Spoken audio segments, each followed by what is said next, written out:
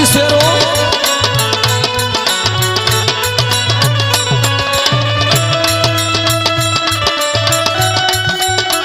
क्या बात, ओहो क्या बात, बाप बहादुरों।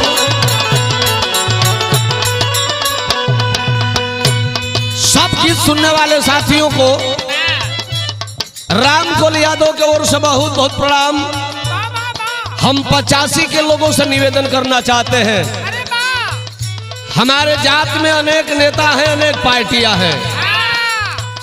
छोड़िए जाति पात और गठबंधन में जुड़ जाइए और इस निकम्बी सरकार को उखाड़ फेंकने का काम कीजिए। नहीं तो यह सरकार रेल बेच दिया, एयरपोर्ट बेच दिया, बिजली बेच दिया, लाल किला बेच दिया, किसी दिन हम आपको भी बेच देगी यह सरकार। देश गुलाम हो जाएगा, इसलिए हमको आपको सचेत होना होगा और एक काम करना होगा। 24 में मोदी के 24 में मोदी के विदाई हो, सफाई होई देशवा से, वही है विदाई हो, सफाई होई देशवा से।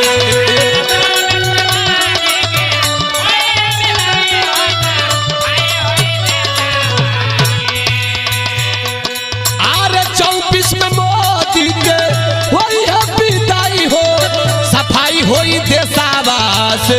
भैया अखिलेश के,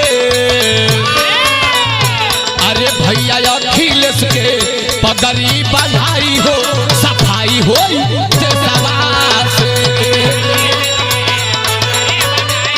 अरे सफाई होई देशवा से।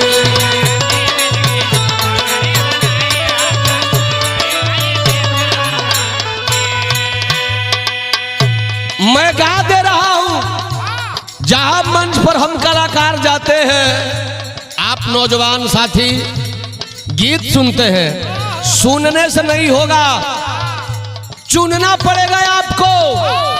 नहीं तो यह जो सरकार चल रही है रसातल की ओर आपको लेकर जाएगी, अगर नहीं 24 में विचार किए।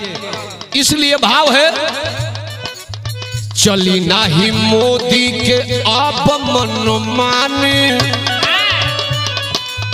देशवा के लुटी है ना अडानी अंबानी, देशवा के लुटी है ना अडानी अंबानी।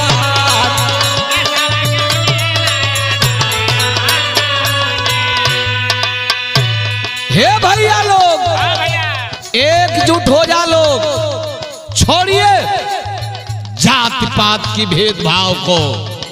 एक होना पड़ेगा, तभी इस सरकार से हम मुक्ति पाएंगे। और मुक्ति जब पा जाएंगे तो होगा क्या? चली नाही मोदी को अब मनमानी, देशवा के लुटी है नया अडानी अंबानी। गठबंधन के गांठ में अगर हम आप एक हो गए तो होगा क्या? अरे गठबंधन के नाथ में जल न थाई हो, सफाई होई देशवा से। जल न थाई हो, सफाई होई देशवा से।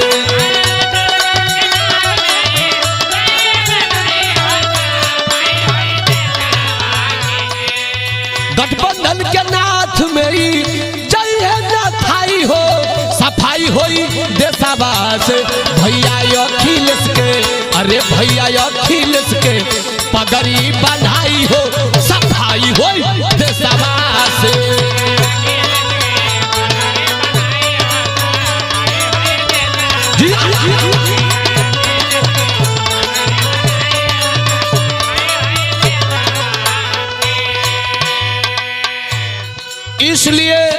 मैं हिंदू मुस्लिम सिख ईसाई सभी लोगों से निवेदन करता हूं, विचार करना होगा।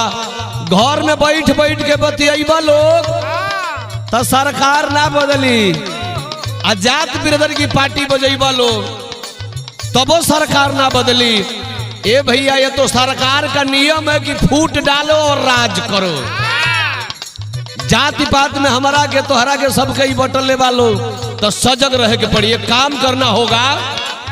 मिली जुली सब ही संविधान के बचावा, पूरा देशवा में गठबंधन के जितावा।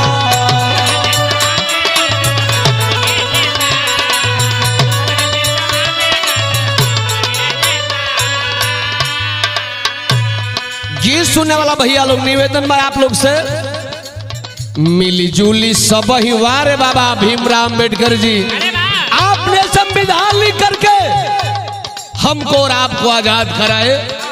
आज खतरा उस संविधान पर है। मिली जुली सब ही संविधान के बचावो, पूरा देशवा में गठबंधन के जितावो।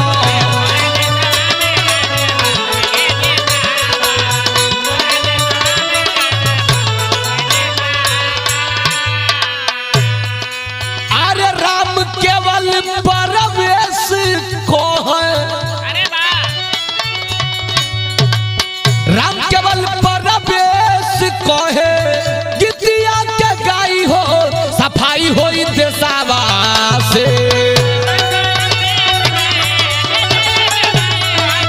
भाई हो देशवा से,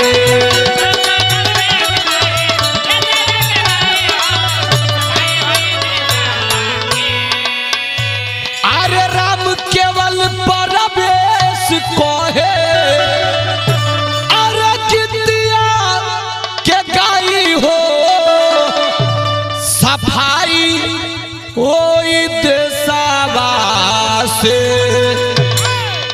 तब भैया अखिलेश के पगड़ी बंधाई हो सफाई हो दे